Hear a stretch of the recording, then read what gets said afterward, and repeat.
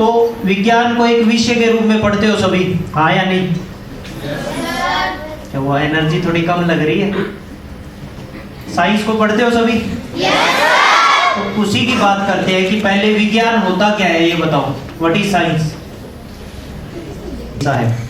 तो यहाँ आपको छोटे छोटे एक्सपेरिमेंट करेंगे जो 10वीं लेवल तक के हैं, आपकी बुक्स में दिए हुए भी हैं, और उनके पीछे कारण क्या रहे वो जानने का प्रयास करेंगे। कोई भी एक बच्चा, चलो आपके लिए एक काम है, जब मैं बोलूं इस बोतल से पूरे पेज पे स्प्रे करना है, और हाथ को रखोगे लंबा, क्योंकि हाथ अगर ऐसे आंखों के पास रखा तो आंखों से इस लिक्विड की वजह से आंसू आएंगे।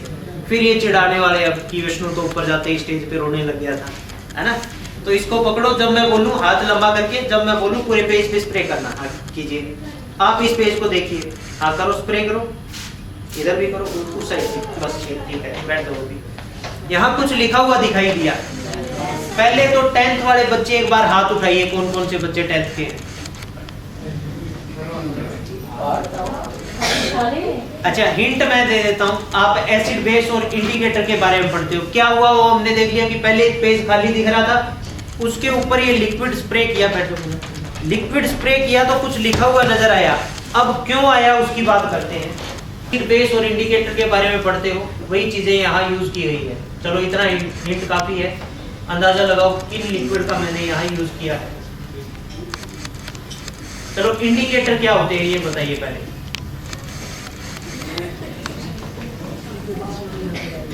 कुछ ऐसे पदार्थ जो कलर परिवर्तन करके बताते हैं कि उनके ऊपर यूज क्या किया है, एसिड या बेस। तो हमने यहाँ एक इंडिकेटर जिसका नाम है फिनोफ्थलीन, बिल्कुल पानी की तरह दिखाई देता है, उसके अंदर रुई को डुबोया और पेज के ऊपर वेलकम लिख दिया। अब जो मैंने पेज पकड़ा हुआ है उसके ऊपर वेलकम लिखा गया है इंडिकेटर से। उस फिनोफ्थलीन के ऊपर अगर बेस डाला जाएगा, ये बोतल के अंदर है अमोनियम हाइड्रोक्साइड, एक बेस, इसको जब भी उस पे स्प्रे करेंगे तो केवल रंग उसी जगह का चेंज होगा जहां इंडिकेटर लगा है। इंडिकेटर से वेलकम लिखा तो हमें पिंक कलर का वेलकम दिखाई देता है। तो ये हमने एक केमिकल रिएक्शन देखी बिटवीन इंडिकेटर एंड बेस, यानी फिनोफ्थलीन और अमोनियम हाइड्रोक्साइड के बीच। अच्छा, 2-3 इंडिकेटर के नाम और बताइए 10th वाले बच्चों। ये तो कोई बहुत ज्यादा हार्ड क्वेश्चन नहीं है, बिल्कुल बेसिक सा है। लिटमस पेपर, लिटमस पेपर ठीक है, एक दो और बताओ। मिथाइल ऑरेंज, टर्मरिक, हल्दी भी इंडिकेटर ही है। अच्छा, आपने कभी सब्जी खाई होगी तो कभी कभी ऊपर कपड़ों के गिर भी जाती है। जब सब्जी गिरेगी तब मम्मी डांटती है कि अब इसका दाग नहीं जाएगा। क्यों नहीं जाएगा? क्योंकि हल्दी एक नेचुरल इंडिकेटर है, उसके ऊपर साबुन लगाएंगे यानी बेस लगाएंगे तब वो लाल कलर का इंडिकेशन देता है, लाल कलर का परमानेंट दाग उस कपड़े पे छोड़ देता है। तो वो भी टर्मरिक, हल्दी भी एक इंडिकेटर है। अच्छा, ग्रेविटी के बारे में किस किसने सुना है? गुरुत्वाकर्षण। चलो कुछ पूछूंगा नहीं, हाथ एक बार उठाओ। सुना है सभी ने? यानी दो कोई भी मासेज है वो एक दूसरे को अपनी तरफ अट्रैक्ट करते हैं, उस फोर्स ऑफ अट्रैक्शन को कहा जाता है ग्रेविटेशनल फोर्स। ठीक है, तो हमारे आसपास बड़ी बॉडी क्या है, बड़ा मास क्या है? अर्थ।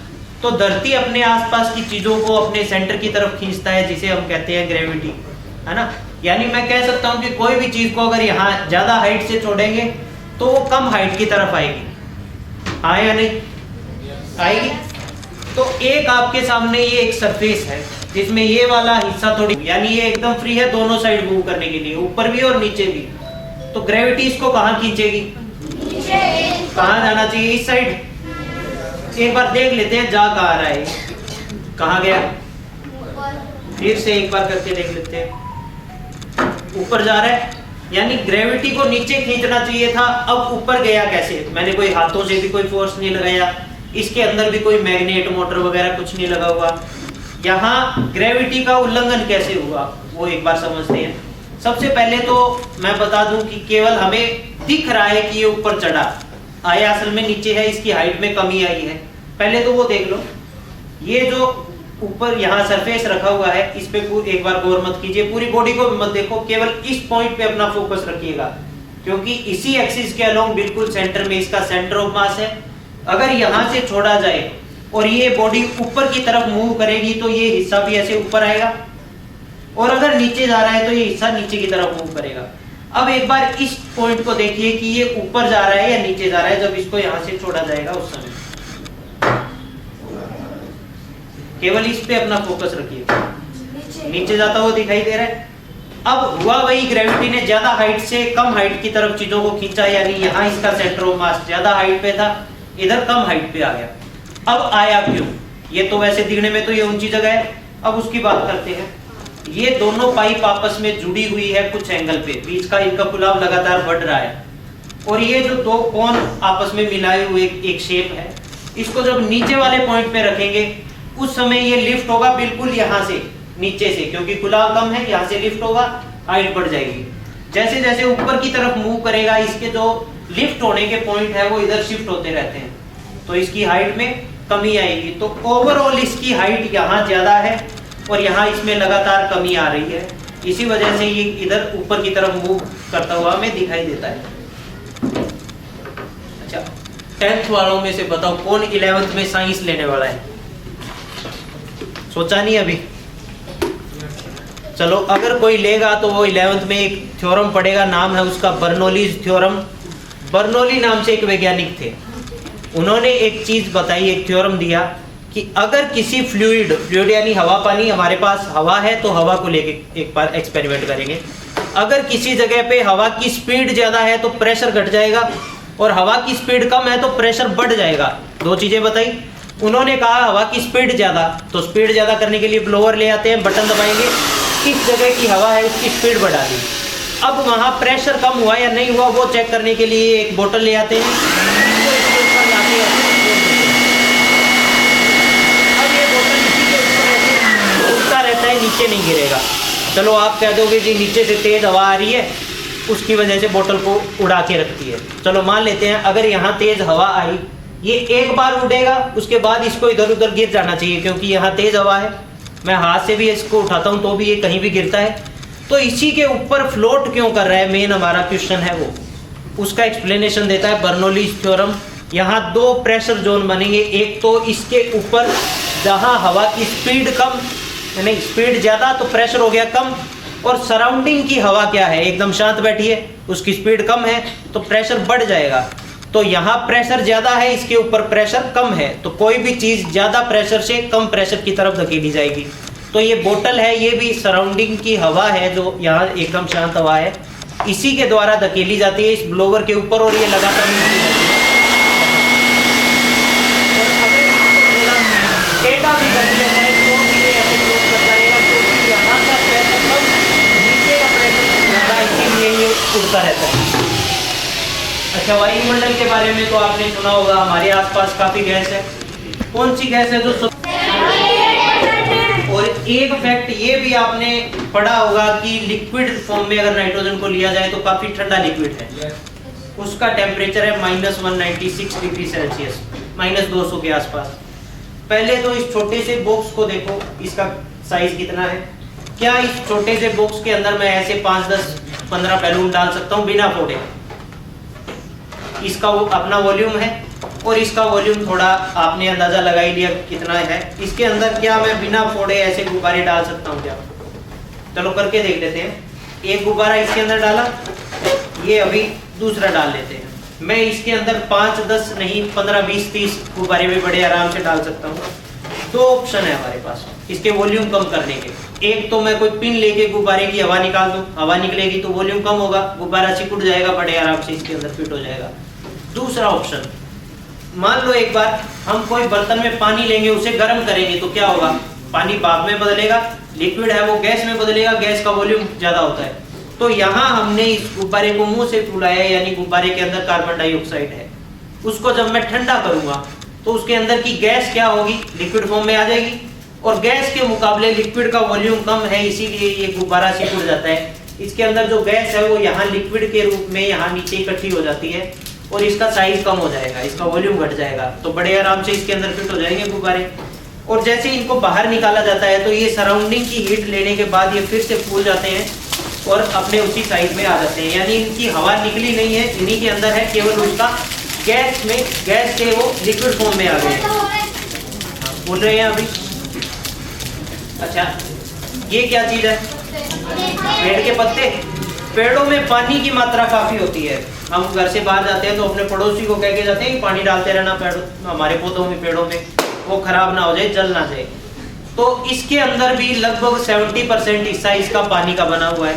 अगर कोई ऑब्जेक्ट जिसका 70% भाग पानी है उसको इस ठंडे लिक्विड में डाल दिया जाए तो क्या होगा? किसी चीज को ठंडा करते हैं तो क्या होता है? जम जाती है चीजें। इसी जमे हुए पत्ते के ऊपर अगर हाथ से ऐसे फोर्स लगाया जाए तो ये किसी कांच की तरह टूटता है। आवाज भी वैसे ही कर रहा है कांच की तरह। अब ऐसी आवाज क्यों की उसकी बात करते हैं। ये पेड़ का पत्ता है, इसके अंदर पानी है एक पतली लेयर के रूप में। पतला सा पत्ता है तो पतली लेयर है पानी की। जैसे इसको ठंडा करेंगे तो वो पतली लेयर पानी की फ्रीज हो जाती है, जम जाता है। तो पानी जमा हुआ है बिल्कुल एक पतले से कांच की तरह। जब उसको हम दबाएंगे तो वो आवाज भी बिल्कुल टूटते समय कांच की जैसे करता है। अच्छा, इस बर्तन को पहचानते हो? क्या नाम है इसका? प्रेशर कुकर नाम है। इसके अंदर हम खाना सब्जी वगैरह कुछ बनाते हैं। बनाने के लिए क्या स्टेप होते हैं एक बार वो समझ लेते हैं। ये हमने लिया, इसको धोया अच्छे से, उसके अंदर इस सब्जी डालेंगे, मसाला डालेंगे, पानी डालेंगे। उसके बाद इसका ढक्कन बंद करके सबसे जरूरी बात, इसको गैस के ऊपर रखेंगे। बिना गैस के ऊपर रखने से तो नहीं बनेगा खाना। तो गैस के ऊपर रखने के बाद ये थोड़े समय बाद ये सीटी बजाएगा कि आपने जो चीजें इसके अंदर डाली थी वो उबल गई, उनको निकाल लो, खा लो, है ना। अगर इस कुकर के अंदर हम इस ठंडे लिक्विड को डाल दें, ये लो जी, लिक्विड को डाल दिया, थोड़ा सा वो डाल देते हैं और इसका ऊपर से ढक्कन बंद कर देते हैं। और अभी देखते हैं क्या होगा। 1 सेकंड के अंदर इसने सीटी बजाई। सीटी बजाई है यानी इसका क्या हुआ है, इसके अंदर की चीजें उबली है। अब हमने तो कोई गैस पे नहीं रखा, तो उबली कैसे और इतनी जल्दी क्यों उबली, वो एक बार समझ लेते हैं। सीटी बजी यानी इसके अंदर की चीजें तो उबल रही है। अब उबलने के लिए जो हीट मिली वो मिलती है इसको सराउंडिंग से, यानी जो लिक्विड इसके अंदर डाला है उसका टेम्परेचर है लगभग -200 डिग्री सेल्सियस। इतने कम टेम्परेचर का जो लिक्विड है उसको इसके अंदर डाल के यहाँ रूम टेम्परेचर जो कि 25 डिग्री 26 डिग्री है उस पे रखेंगे तो वो सराउंडिंग से हीट लेगा और लिक्विड नाइट्रोजन जो इसके अंदर है वो अभी उबल रहा है, इसीलिए ये इसकी सीटी बज रही है। अच्छा, आपने ऐसे स्टेज तो देखे होंगे जहाँ बादल बन रहे होते हैं। पहले मूवीज वगैरह में काफी होता था, आजकल शादियों में भी काफी ऐसे स्टेज दिखते हैं जहाँ ब्राइड और ग्रूम चल के आते हैं बादलों में से, है ना। तो ऐसा तो है नहीं कि बादलों में ही स्टेज को ले गए, इतना विकास तो नहीं हुआ। तो कुछ साइंस के लिक्विड का, कुछ साइंस की चीजों का यूज किया जाता है। अब वो क्या चीज है जिनसे बादल बने? 2 चीजें होती है, एक तो ड्राई आइस, दूसरा नाइट्रोजन। हमारे पास नाइट्रोजन है तो नाइट्रोजन से एक बार वो बना के देख लेते हैं। एक तो ले रहा हूं मैं उबलता हुआ पानी। उबलते हुए पानी का टेम्परेचर कितना होगा? लगभग 60 डिग्री, 60 या 65 डिग्री। इसके अंदर अगर मैं -200 डिग्री के टेम्परेचर का कोई लिक्विड है उसको डालूंगा, दोनों के बीच का टेम्परेचर गैप हो गया लगभग 250 डिग्री सेल्सियस।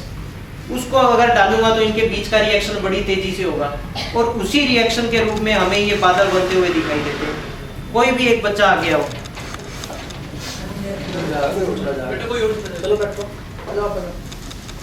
हाँ आप भी आ जाइए, आइए आप भी आ जाइए। इसके ऊपर मुना ऐसे हाथ घुमाओ और देखो ये जो बादल है ये ठंडे हैं या गर्म? ठंडे हैं। तो ठंडी चीज क्या यूज की थी हमने? नाइट्रोजन। तो ये नाइट्रोजन के बादल है, यानी नाइट्रोजन को गर्मी मिली पानी से। यहाँ जो ट्रांसफर ऑफ हीट है उसका हम एक एग्जांपल देख सकते हैं। ये 2 लिक्विड हमने मिलाए, एक गर्म एक ठंडा। तो गर्म पानी है उससे हीट ली इस नाइट्रोजन ने और खुद को भाप बना के उड़ा लिया, यानी ये जो बादल बने ये नाइट्रोजन के हैं। और दोनों साइड से अपनी, अगर ये गर्मी ट्रांसफर कर रहा है तो ये अपनी ठंड भी देगा पानी को, तो इसकी ठंड पानी को ट्रांसफर होती है। और पानी है जो उबलता हुआ हमने लिया था उसका अभी टेम्परेचर कम हो गया है, वो ठंडा हो गया। और अगर ज्यादा अमाउंट में इस नाइट्रोजन को इस पानी के अंदर डालूं तो 1 सेकंड के अंदर अंदर उबलता हुआ पानी बर्फ में बदल जाता है। तो ये ट्रांसफर ऑफ हीट या हीट एक्सचेंज का हमने यहाँ एग्जाम्पल देखा और कुछ छोटे छोटे एक्सपेरिमेंट किए, उनके पीछे क्या कारण रहे वो भी जानने का प्रयास किया। उम्मीद करता हूँ कि ये आपको अच्छे लगे होंगे। ठीक है, सभी का आने के लिए थैंक यू।